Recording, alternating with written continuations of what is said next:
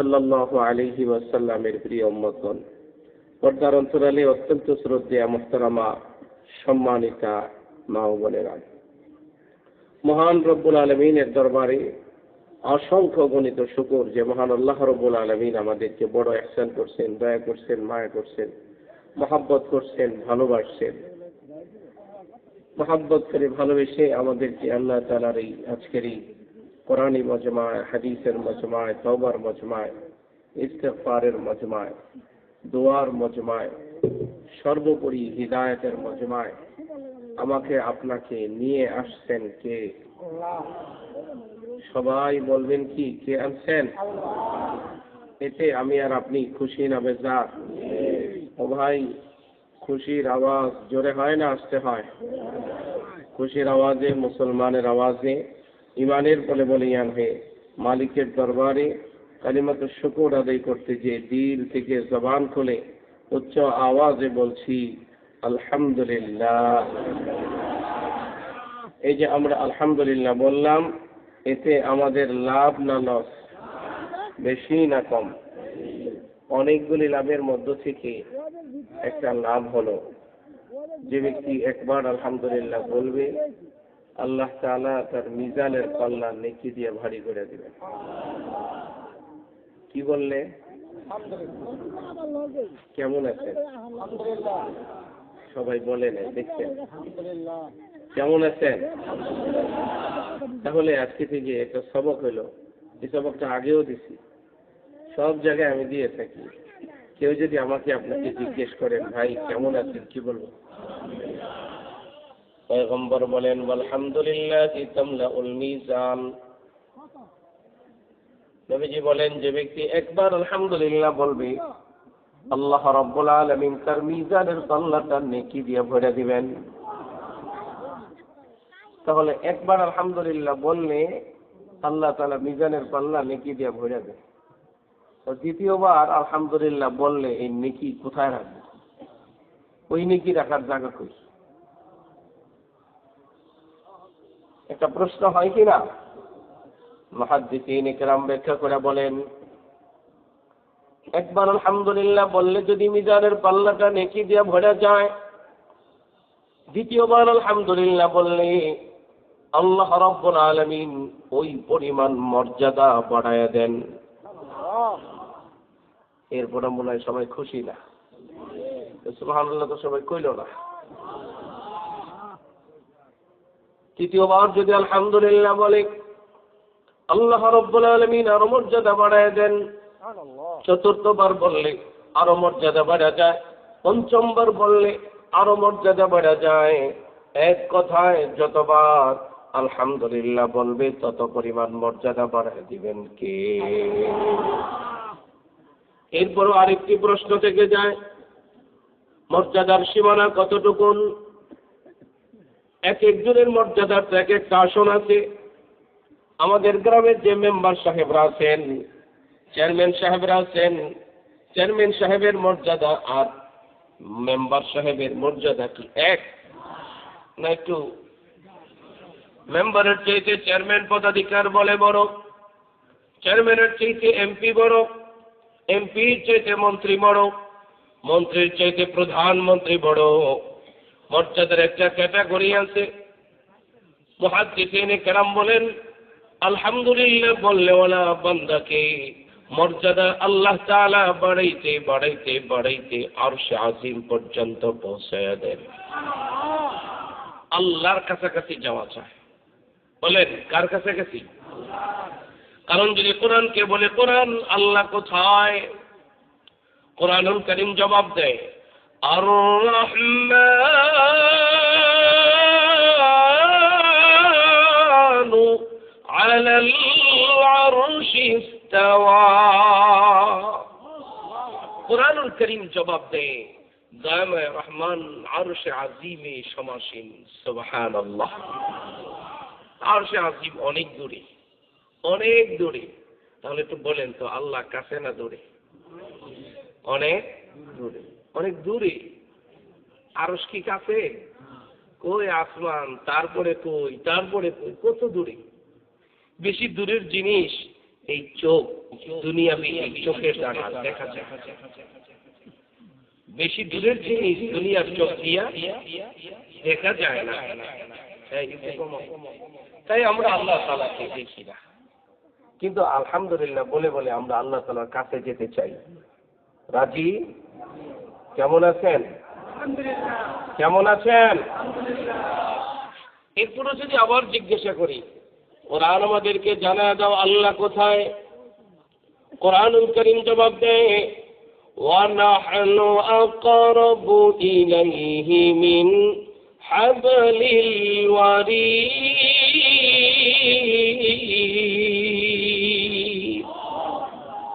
কোরআনুল কারীম জবাব দেয়, আল্লাহ এত কাছে, এত কাছে, এত কাছে, বান্দা তোর ঘাড়ে যে শাহরগ, এই রগের চাইতেও আল্লাহ তোর অনেক কাছে। এবার বলেন আল্লাহ কাছে না দূরে? আগে তো বললেন দূরে, আর এখন বলেন আল্লাহ কাছে না দূরে? তাহলে এই যে হাত, এই হাত যত চোখের কাছে নিবেন, যত কাছে নিবেন, যত কাছে নিবেন, চোখ যখন হাত যখন বেশি কাছে যায় দেখা যায় না? চোখ বন্ধ করে বেশি কাছের জিনিস দেখা যায় না, আবার বেশি দূরের জিনিসও দেখা যায় না। আমরা আল্লাহ তাআলাকে দেখতে চাই আরশে আজিমে জান্নাতে। কারা কারা কারা কারা কারা কারা লিল্লাহি তাকবীর। তাহলে একটা সবক হলো, কেউ যদি আমাকে আপনাকে জিজ্ঞেস করে ভাই কেমন আছেন, কি বলবো? এটা আল্লাহর কাছে যাওয়ার মন্ত্র। বলেন কার কাছে যাওয়ার মন্ত্র? একটু তর্জমার দিকে যাই। আলহামদুলিল্লাহ শব্দের তর্জমা, আলহামদুলিল্লাহ শব্দের অনুবাদ হইল সমস্ত প্রশংসা কার? যে যার প্রশংসা করে সে তার প্রতি খুশি হয়, এটাই দুনিয়ার নিজাম। স্বামী স্ত্রীর প্রশংসা করলে কত খুশি, স্ত্রী স্বামীর প্রশংসা করলে কত খুশি, ঠিক কিনা বলেন? দুনিয়ার হার হালতি সময়ের এই সিচুয়েশনে লক্ষ্য করে দেখবেন ছোট নেতারা বড় নেতার কত প্রশংসা করে। প্রশংসা করলেই কাছাকাছি যাওয়া যায়, প্রশংসা ছাড়া কেউ কাছে যেতে পারে না। বড় নেতার প্রশংসা করলেই বড় নেতা ছোট নেতারে বলে দেয়, এই এটা আমার কাছের লোক, এটা আমার দলের লোক, কি বলে কিনা? যখন এলাকায় বলে দেয় যেটা আমার খুব কাছে, ওরে বাপ রে বাপ, তখন তার চলাফেরার গতিটাই ভিন্ন। ভাই আমার এই কাছের বানাইছে। সুতরাং কাছের হওয়া, কাছের হইতে গেলে যে বিষয়টা লাগে সেই বিষয়টার নাম প্রশংসা। বলেন কাছে যেতে হলে যে বিষয়টা বিশেষ প্রয়োজন সেই বিষয়টার নাম কি? তাহলে একটু বলেন তো আমরা কার প্রশংসা করলাম? সবাই বলেন কার? তাহলে আমরা আল্লাহর প্রশংসা করলাম। তাহলে বলেন তো আমাদের উপরে খুশি কি? তাহলে আমাদের কোনো টেনশন, চিন্তা, ভয়? আলহামদুলিল্লাহ নিশ্চিন্তে, নির্ভয়ে, নির্বিঘ্নে আমরা এবার আল্লাহ তাআলার কালাম শুনবো ইনশাআল্লাহ। তাহলে একটা ফজিলত আপনাদেরকে শুনাইলাম, একটা সবক আপনাদেরকে দিলাম, পাশাপাশি একটা বুঝ আপনাদেরকে দিলাম যে বেশি বেশি আল্লাহর প্রশংসা করলে আল্লাহ তাআলার কাছাকাছি যাওয়া যাবে। তাই কে কে রাজি আছি প্রত্যেকদিন সকাল বিকাল 100 বার সুবহানাল্লাহ, 100 বার আলহামদুলিল্লাহ পড়বো? না না, নামান নামান নামান। এই যে সবাই প্রথম যে হুজুকে হাত উঠায় ফেলে, এটা হলো নির্বাচনের হাত। আর নির্বাচিত হাত কিন্তু আলাদা। একটা আসনে 10 জন দাঁড়ায়, কিন্তু 10 জন কি নির্বাচিত হয়? একজন। তাহলে এমন কিছু নির্বাচিত হাত দেখতে চাই, যারা সকাল বিকাল 100 বার সুবহানাল্লাহ, 100 বার আলহামদুলিল্লাহ পড়বে। শুধু নির্বাচিত হাতগুলো উঠাবেন। যারা পড়বেন না সবাই না, যারা পড়বেন না তারা উঠাবেন না, যারা পড়বো আমরা তারা উঠাবো। পড়বেন ইনশাআল্লাহ? মাশাআল্লাহ, আল্লাহ কবুল করেন। আল্লাহ তাআলা আমারেও কবুল করেন, আপনাদেরকেও কবুল করেন। তাহলে একটা ফজিলত, একটা সবক, একটা বুঝ আমি দিয়ে আলোচনায় প্রবেশ করলাম। আমি আপনাদের সামনে কোরআনুল কারীমের সূরাতুল কসস 20 নম্বর পারা থেকে সূরাতুল কসস এর 77 নম্বর আয়াত আমি আপনাদের সামনে তেলাওয়াত করছি। পারা নম্বর 20। বলেন পারা নম্বর? সূরার নাম সূরাতুল কসস। বলেন সূরার নাম। আয়াত নম্বর 77। আয়াত নম্বর 77। এই আয়াতটি খুতবার মধ্যে তেলাওয়াত করা হয়েছে। এই আয়াতের একটি মর্মবাণী আমি আপনাদের সামনে পেশ করছি। আল্লাহ রাব্বুল আলামিন বলেন, وابتغ فيما آتاك الله الدار الآخرة ولا تنس نصيبك من الدنيا وأحسن كما أحسن الله إليك ولا تبغي الفساد في الأرض। আল্লাহ রাব্বুল আলামিন এই আয়াতের মধ্যে চারটা বিষয়ের আলোচনা করছেন। কয়টা? নম্বর 1, আল্লাহ বলেন, وابتغ فيما آتاك الله الدار الآخرة। আল্লাহ রাব্বুল আলামিন বলেন, ওয়াবতাগি, তুমি তালাশ করো, তুমি খুঁজো, তুমি অন্বেষণ করো, ফিমা আতাকাল্লাহ, আল্লাহ তাআলা তোমাকে যা কিছু দিয়েছেন তা দিয়ে, আল্লাহ যা দিছে তা দিয়ে তুমি খুঁজো। কি খুঁজবা? আদ-দারুল আখিরাহ, আখিরাতের বাড়ি। বলেন কোন জায়গার বাড়ি? আখিরাতের বাড়ি। তাহলে আল্লাহ তাআলা আমাদেরকে বলছেন, আমি তোমারে যা দিলাম তা দিয়ে তুমি আখিরাতের বাড়ি খোঁজো। এখানে বুঝার বিষয় হলো, প্রথম যে শব্দ ওয়াবতাগি, এক বচন, তো বহু বচন নয়। আল্লাহ বলছেন, এই তুমি খোঁজো, তুমি খোঁজো, তুমি খোঁজো। শুধুমাত্র অনেক সময় অনেকে বলে ফেলে, আয়াত, কোরআনুল কারীমের আয়াত, এগুলো মানবে বড় বড় হুজুররা, বড় বড় উলামায়ে কেরাম, বাকিরা কি মানবে না? আয়াত যেন এই আয়াতের প্রথম শব্দ দিয়ে আল্লাহ বলছেন, এই ইমাম তুমি খোঁজো, মুসল্লি তুমি খোঁজো, দিন মজুর তুমি খোঁজো, অফিসার তুমি খোঁজো, ডাক্তার তুমি খোঁজো, শিক্ষক তুমি খোঁজো, মেম্বার তুমি খোঁজো, চেয়ারম্যান তুমি খোঁজো, এমপি তুমি খোঁজো, মন্ত্রী তুমি খোঁজো। কি দিয়ে খুঁজবো? ফিমা আতাকাল্লাহ, আমি তোমার যা দিলাম তা দিয়ে তুমি তালাশ করো। কি তালাশ করবা? আদ-দারুল আখিরাহ, আখিরাতের বাড়ি। বলেন কোন জায়গার বাড়ি? তা আল্লাহ তাআলা যাকে যা দিচ্ছেন তা দিয়ে আখিরাতের বাড়ি তালাশ করতে বলছেন কে? আল্লাহ। তা আমরা আল্লাহ তাআলা কাউরে অনেক ধন সম্পদের মালিক বানাইছেন, অনেক টাকা পয়সা দিচ্ছেন, কিন্তু সে আখিরাতের বাড়ি তালাশ করে না।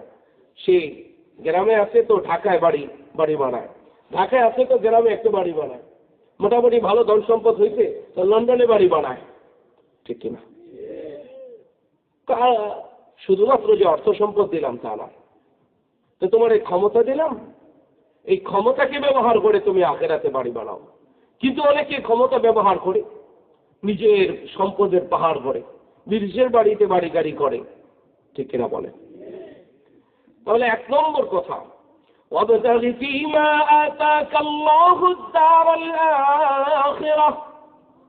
আল্লাহ বলেন, রে গোলাম, আমি তোমারে যা দিলাম তা দিয়ে তুমি আখিরাতে ঘর বানাও। সম্পদ দিলাম তো সম্পদ দিয়ে আখিরাতে ঘর বানাও, ক্ষমতা দিলাম তো ক্ষমতা দিয়ে আখিরাতে ঘর বানাও। কে বলছেন? 1 নম্বর কথা। 2 নম্বর, ওয়ালা তানসা নসীবাকা মিনাদ দুনিয়া। আল্লাহ বলেন, যে গোলাম, তুমি দুনিয়ার অংশকে ভুলে যেও না, দুনিয়ার ব্যবসা বাণিজ্য ভুলে যেও না, দুনিয়ার কায় কারবার ভুলে যেও না, দোকানদারি ভুলে যেও না, কৃষি খামার ভুলে যেও না, ছেড়ে দিও না। এই সংসার ছেড়ে দিও না, ছেলে মেয়ে ছেড়ে দিও না। কথাটা কার? তাহলে এবার একটু বলেন, আল্লাহ কি দুনিয়া ছেড়ে দিতে বলছেন? আল্লাহ এত বড় বেইনসাফি আল্লাহ করেন না। দুনিয়াকে আল্লাহ বলছেন এটাকে ধরো, তবে যতটুকুন হালাল ততটুকুন, যতটুকুন হারাম সেটাকে ছাড়াও, ঠিক না? কিন্তু আমাদের দেশে লক্ষ্য করা যায়, মাঝে মাঝে কিছু লালসালু পড়া, মাথায় জট করে মাজারে মাজারে ঘোরে। কি ব্যাপার, কেন ঘোরো? সংসার নাই, আছে, ছেড়ে দিয়েছি। ছেলেমেয়ে নাই, আছে, ছেড়ে দিয়েছি। ঘর বাড়ি নাই, আছে, ছেড়ে দিয়েছি। কি করো? আল্লাহ তালাশ করে। বলেন নাউজুবিল্লাহ।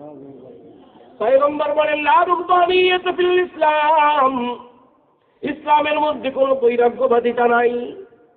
সংসার ছাড়া যাবে, তার সংসার করাটা ইবাদত, ব্যবসা করা ইবাদত, কৃষি খামার করা ইবাদত, নামাজ যেমন ইবাদত, ব্যবসা করা ইবাদত, রোজা রাখা ইবাদত, ঠিক তেমনি ভাবে কৃষি খামার করা ইবাদত, যে চাকরি করে চাকরি তার জন্য ইবাদত।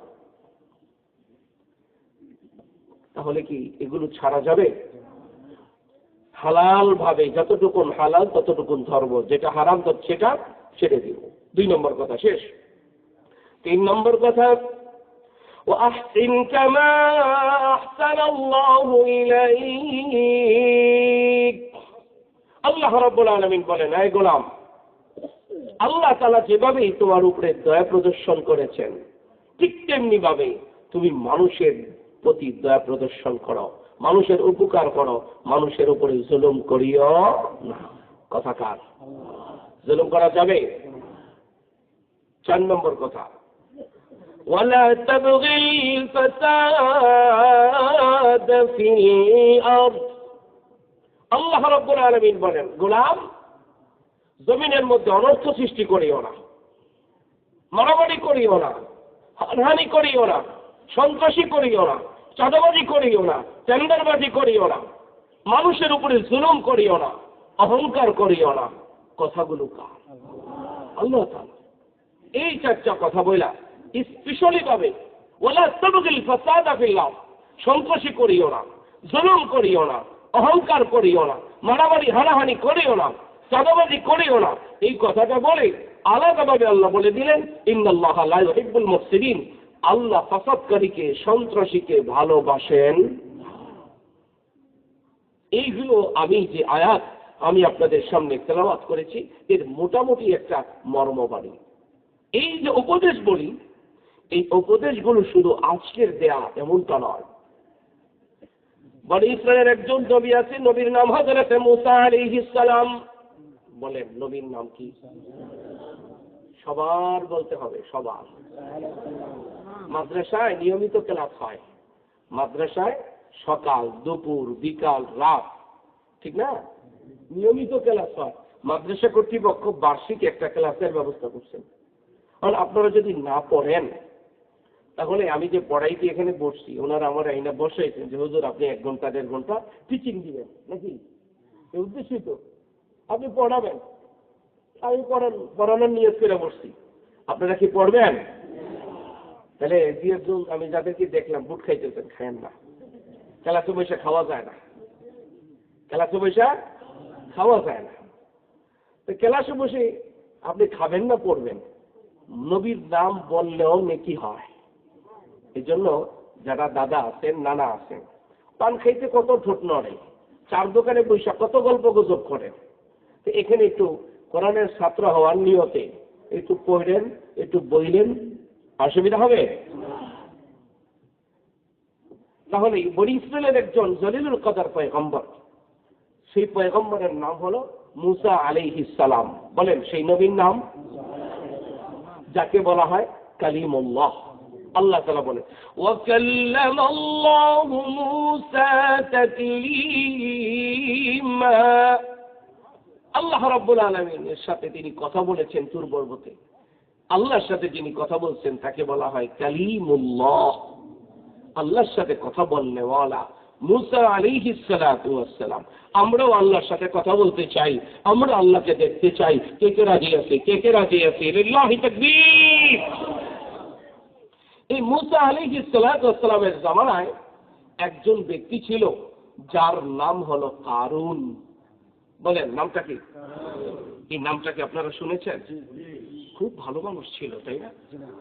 অত্যাধিক ভালো ছিল, তার মানে আপনাদের জানা আছে। তবে এর মাঝখানে আরেকটা বিষয় আমি আপনাদেরকে জানাই দেই, সেটা হলো যারা বেনামাজি যারা হবে, এই বেনামাজি ওয়ালাদের হাসর হবে কারুনের সাথে। তাহলে কি আমরা কারুনের দলে থাকবো না মুসা নবীর দলে? ঠিক তো? আল্লাহই জানে যেই পরিস্থিতি সামনে মুসার দলে না কারুনের দলে, আল্লাহই জানে, ঠিক কি না? যুগে যুগে সব সময় দল 2টা, একটা মুহাম্মাদুর রাসূলুল্লাহ আর একটা আবু জাহাল, ঠিক কি না? সে আদম আলাইহিস সালাতু ওয়াস সালাম থেকে শুরু করে একেবারে নূহ নবী থেকে শুরু করে দুইটা ইতিহাস, একটা হকের ইতিহাস আর একটা বাতিলের ইতিহাস, ঠিক কিনা? সব সময় চলবে এই ইতিহাস, কিয়ামত পর্যন্ত চলবে। আমরা হকের ইতিহাসের সাথে সম্পৃক্ত হতে চাই ইনশাআল্লাহ। হযরত মুসা আলাইহিস সালাতু ওয়াস সালামের জামানায় একজন ব্যক্তি ছিল যার নাম হলো কারুন। কারুনকে আল্লাহ রাব্বুল আলামিন অনেক ধনভাণ্ডার দিয়েছিলেন। এই কারুনকে আল্লাহ তাআলা অনেক ক্ষমতাও দিয়েছিলেন। কোরআনুল কারীমে কারুনের পরিচয় দিয়ে আল্লাহ রাব্বুল আলামিন বলেন, ইন্না কারুনা কানা মিন কওমি মূসা। আল্লাহ রাব্বুল আলামিন বলেন, কারণ হলো মুসা নবীর গ্রামের, কারণ হলো মুসা নবীর এলাকার, কারণ হলো মুসা নবীর গোত্রের, কারণ হলো মুসা নবীর বংশের। কোন কোন মুফাসসির বলেন কারণ হলো মুসা নবীর চাচাতো ভাই। বলেন কারণ কে? মুসা নবীর চাচাতো ভাই। এর অর্থ হলো কেউ যদি অপরাধ করে সে নবীর পরিচয় দিয়ে বাঁচতে পারবে না, বংশের পরিচয় দিয়ে বাঁচতে পারবে না, দলের পরিচয় দিয়ে বাঁচতে পারবে না। অপরাধী ওই, ঠিক কিনা বলেন? বলবে যে অপরাধ করার পরে বলবে আমি না হুজুরের ভাই, চলবে? অপরাধ করে বলবে আমি অমুক দলের, চলবে? অপরাধ করে বলবে আমি হাজী সাহেবের ছেলে, চলবে? কথা কেমন থাকবে? তো আকল মন্ত্রে ইশারা কাফি হয়। জ্ঞানী যারা ইশারায় বুঝে তারা। আমি পাগল নিয়ে বসি নাই, আমি জ্ঞানী ছাত্রদেরকে নিয়েই বসছি, আকলমান ছাত্রদেরকে নিয়ে বসছি, যারা সমাজ চালায়, যারা পরিবার চালায়, যারা রাষ্ট্র চালায়। আপনারাই সব করেন, আপনাদেরকে নিয়েই বসছি। আপনারা আকলমান, বিবেকবান, আপনাদের বিদ্যা বুদ্ধি আছে। সুতরাং যে অপরাধ করে দলের পরিচয় বলে তাকে ছাড় দেওয়া হবে এমনটা নয়। এই মুসা আলাইহিস সালাতু ওয়াস সালামের চাচাতো ভাই কারুন, আল্লাহ রাব্বুল আলামিন তাকে অনেক ধনভাণ্ডার দিয়েছিলেন। কি পরিমাণ ধনভাণ্ডার দিয়েছেন, কি পরিমাণ ক্ষমতা আল্লাহ তাআলা তাকে দিয়েছেন। আল্লাহ রাব্বুল আলামিন বলেন, ওয়া আতাইনাহু মিনাল কুনুজি মা ইন্না মাফাতিহাহু লাতানূউ বিল উসবাতি উলিল কুওয়া। আল্লাহ রাব্বুল আলামিন কারুনকে এত পরিমাণে ধনভাণ্ডার দিয়েছেন, এত পরিমাণে ধনভাণ্ডার দিয়েছেন, এত পরিমাণে দিয়েছেন যে সেই ধনভাণ্ডারের চাবি আমরা দুইটা উদাহরণ দিলে বুঝবো। একটা হলো ট্রাঙ্ক। ট্রাঙ্ক বোঝেন তো? ট্রাঙ্কের মধ্যে অনেক কিছু রাখা হয়, এরপর একটা ছোট্ট তালা লাগায়। এই ছোট্ট তালার একটা চাবি, ছোট না? কি বলেন? আল্লাহ তাআলা এত ট্রাঙ্ক ভর্তি তার ধনভাণ্ডার দিয়েছেন, এত ট্রাঙ্ক ভর্তি খাজানা তাকে দিয়েছেন। আর এটা যদি ব্যাংকের ভাষায় চলে যান, লকার। ব্যাংকের ভাষায় গেলে কি হবে? লকার। এত পরিমাণে লকার আল্লাহ তাআলা তাকে দিয়েছেন যে সেই লকারের চাবি বহন করবার জন্য আল্লাহ তাআলা নিজেই বলতেছেন ওই চাবিগুলো বহন করবার জন্য একদল শক্তিশালী পুরুষ লাগতো। সুবহানাল্লাহ।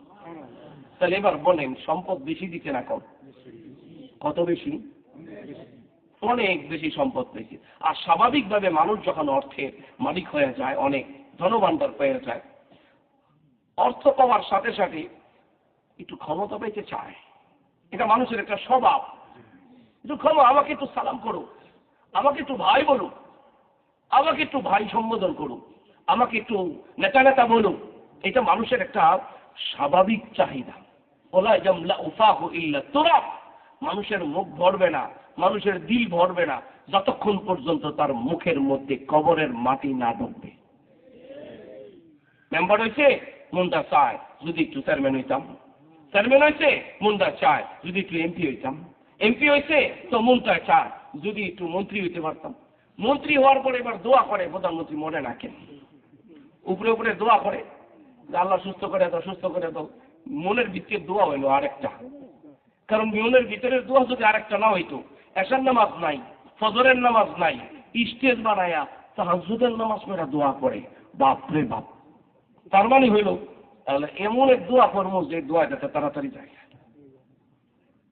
বুঝলেন না? মনে হয় তো যাই হোক, সম্পদ যখন বেড়ে যায় পাশাপাশি তার মনের ভিতরে ক্ষমতার একটা লোক থাকে, যে কারণ কি আল্লাহ তাআলা অঢেল সম্পদের মালিক বানাইলেন।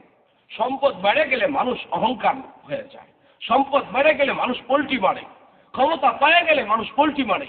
লক্ষ্য করে দেখবেন, এই যে একটা সিচুয়েশন চলতেছে, ভোটাভুটির একটা সময় সামনে আসতেছে, যারা প্রার্থী হবেন কৃষকের সাথে এসে কৃষকের হাতে মাটি, তারপরে তার সাথে ফ্রেন্ডশিপ করে, মুসাফা করে, অসুবিধা নাই। ওই যে গরু করে গোয়াল করে কাজ করে, শরীরের মধ্যে গোবর পোড়া গন্ধ আসে, এরপরে মুসাফা করে, অসুবিধা নাই। মাছ ধরে মৎস্যওয়ালা, তার দেহ থেকে মাছের গন্ধ আসে, তারপরে মুসাফা করে, কোলাকুলি করে, কোনো গন্ধ নাই। কিন্তু যেই নির্বাচিত হয়ে যায়, চেয়ারে বসে যায়, এখন মাছওয়ালায় গেলে তুই রুমের বাইরেই থাক, এসি রুমে আর ঢুকিস না, গন্ধ হয়। আগে আর গন্ধ আসে। আমি যে কথাটা বুঝাইতে চাইলাম, অর্থ আর ক্ষমতা যেটা যখন মিশ্রণ হয়ে গেলে তার মধ্যে একটা পোল্ট্রিবাদের একটা যোগ্যতা আসে। ঠিক তেমনি ভাবে এই কারণ আল্লাহ তাআলা তাকে অর্থ দিলেন, আল্লাহ তাআলা তাকে কিছু ক্ষমতাও দিলেন, ফলে এবার সেও মুসা নবীর সাথে পোল্ট্রি মারছে, মুসা নবীর এলাকার সাথে পোল্ট্রি মারছে। কি পোল্ট্রি মারছে? আল্লাহ তাআলা সেই কথাটাও বলেন, ইন্না কারুন কানা মিন কওমি মূসা ফাবাগা আলাইহিম। ওরে ক্ষমতা পাইছে, অর্থ সম্পদ পাইছে, তো এবার মুসা নবীর সাথে পোল্ট্রি মারছে, বাগাড়ম্বরী করেছি, মুসা নবীরে কষ্ট দিয়েছে, তার এলাকার মানুষের কষ্ট দিয়েছে, গুম করেছে, খুন করেছে, মানুষের উপরে জুলুম করেছে। ঠিক কিনা বেঠি? এরকম যখন একের পর এক করা শুরু করে দিল, এই কারণ স্বাভাবিকভাবে মানুষ যখন ধনী হয়, এই ধনী হওয়ার ফলে গ্রামের দরিদ্র মানুষেরা ধনী মানুষের কাছে যাবে, এটাই তো স্বাভাবিক। যেমন এই কাঠাদিয়া মাদ্রাসা দীর্ঘদিনের মাদ্রাসা, এই মাদ্রাসা পরিচালনা, শিক্ষক বেতন, ছাত্রদেরকে পরিচালনার জন্য এই মহল্লার দরিদ্র মানুষের কাছে যাওয়া হয় যে আপনিও মাদ্রাসার সদস্য, এটা আপনারও মাদ্রাসা, আপনি যা পারেন দিবেন। ঠিক তেমনি ভাবে যারা ধনী মানুষ তাদেরকে বলা হয়, মহব্বতের সাথে বলা হয়, পরিচিত থাকলে দোস্ত তুই মাদ্রাসাতে 5 লাখ দিয়ে দিবি, কি এরকম বলা হয় না মাঝে মাঝে? তুই 2 লাখ দিয়ে দিবি, তুই 3 লাখ দিয়ে দিবি, তুই 1 লাখ দিয়ে দিবি, আল্লাহর আখিরাতের বাড়ি বানানোর জন্য বলে এরকম। তো এই ধনী মানুষের কাছে তৎকালীন সময় একজন দরিদ্র মানুষ যায়া কারুনের দরবারে যায় বলতেছে, ও কারুন ভাই, আল্লাহ আপনার অনেক ধনভাণ্ডার দিয়েছে, আপনাকে আল্লাহ তাআলা অনেক দিয়েছে, সেখান থেকে আমারে কিছু দেন। কারুন জবাব দিয়ে বলে, না আমি তোমারে দিব না, কারণ এই সহায় সম্পদ এটা আল্লাহ আমারে দেয় নাই, নাউযুবিল্লাহ, এটা আমার বিদ্যা বুদ্ধি, এটা আমার যোগ্যতা দিয়ে আমি অর্জন করেছি, এখান থেকে আমি তোমারে দেব না। যেমন কিছুদিন আগে আমরা দেখতে পেলাম ক্ষমতা এতটাই জবরদস্তি হয়ে গেল, ক্ষমতা ছাড়বা না, কয় না কেন ছাড়বা না, তার কারণ হলো তোমরা আমারে ভোট দিয়া বানাও নাই, আমি দিনের ভোট রাতে নিয়ে আমি ক্ষমতায় বসছি, আমি ক্ষমতায় ছাড়বো না। কিন্তু দিল থেকে জবান খুলে বলেন না ক্ষমতার মালিক কে, আবার সহায় সম্পত্তির মালিক কে? قل اللهم مالك الملك تؤتي الملك من تشاء وتعز من تشاء وتذل من تشاء بيدك الخير إنك على كل شيء قدير। সম্পদ দেওয়ার মালিক, আবার নেওয়ার মালিক, আবার ক্ষমতা দেওয়ার মালিক, ক্ষমতা থেকে জুতা পিটা করে নামানোর মালিক কে? আল্লাহ তাআলা। এই জন্য ভালো করে মনে রাখতে হবে, এটা সৎ ব্যবহার করা উচিত। সৎ ব্যবহার যদি আমরা না করি তাহলে কিন্তু এটার একটা পদস্খলন আছে।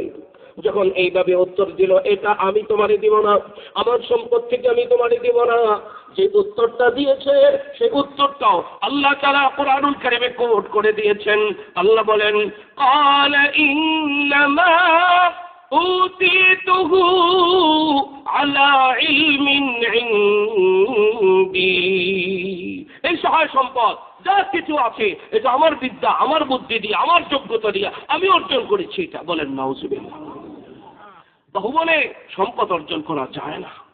বাহুবলে যদি সম্পদ অর্জন করা যায়, তো যারা কৃষক ভাই সকালবেলা না খেয়ে এই শীতের মধ্যে এই যে খেতে নামে, আবার সেই সন্ধ্যা বাজে উঠে আসে, সকালের খাবারটাও ঘরে এসে খেতে পারে না, দুপুরের খাবারটাও বাড়িওয়ালি দিয়ে আসে বা কাউকে দিয়ে নিয়ে সে ক্ষেতের মধ্যেই খায়, এত কষ্ট ক্লেশ করে, কিন্তু দিন শেষে কি পায়? অল্প না বেশি? তার মানে বাহুবলে সম্পদ অর্জন করা যায় না। সম্পদ যিনি দেন তিনি কে? আল্লাহ তাআলা। এই জবাব যখন দিয়েছে, বলেন আল্লাহ কি রাগ করছে না খুশি হয়েছে? আল্লাহ রাগ করে নাই। তো তৎকালীন সময়ে কিছু আলেম ওলামা, সেই মুসা নবীর আমলের কিছু আলেম ওলামা, কিছু নেক বুজুর্গ বান্দারা কারুনকে কিছু উপদেশ দিয়েছে। এই কারণ, আমরা তোকে সতর্ক করি, এটা তুই করবি না, এই কাজগুলো তুই করবি না, সতর্ক করি। আল্লাহ ছাড় দেয়, ছেড়ে দেয় না, ঠিক কিনা বলেন? আল্লাহ কি করে? ছাড় দেয়, ছেড়ে দেয় না। উপদেশ দিয়েছে তৎকালীন সময়কার আলেম ওলামা। কি উপদেশ দিয়েছে? নম্বর 1, আল্লাহ তাআলা তোমাকে যা দিয়েছে তা দিয়ে তুমি আখিরাতে ঘর বানাও। এই কারণ, আল্লাহ তাআলা তোমাকে যা দিতে তা দিয়ে তুমি আখিরাতে ঘর বানাও। নম্বর 2, দুনিয়া যা হালাল গ্রহণ করো, যা হারাম ছেড়ে দাও। নম্বর 3, মানুষের উপরে জুলুম করিও না।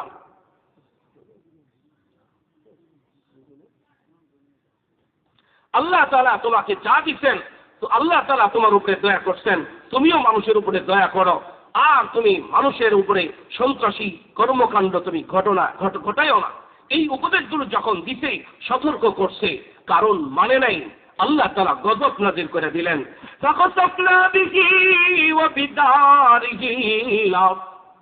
উলামায়ে কেরামের সতর্কবাণী যখন মানে নাই, উলামায়ে কেরামের সতর্কবাণী না মানার কারণে আল্লাহ তাআলা কারুনকে এমন তলানিতে দিলেন।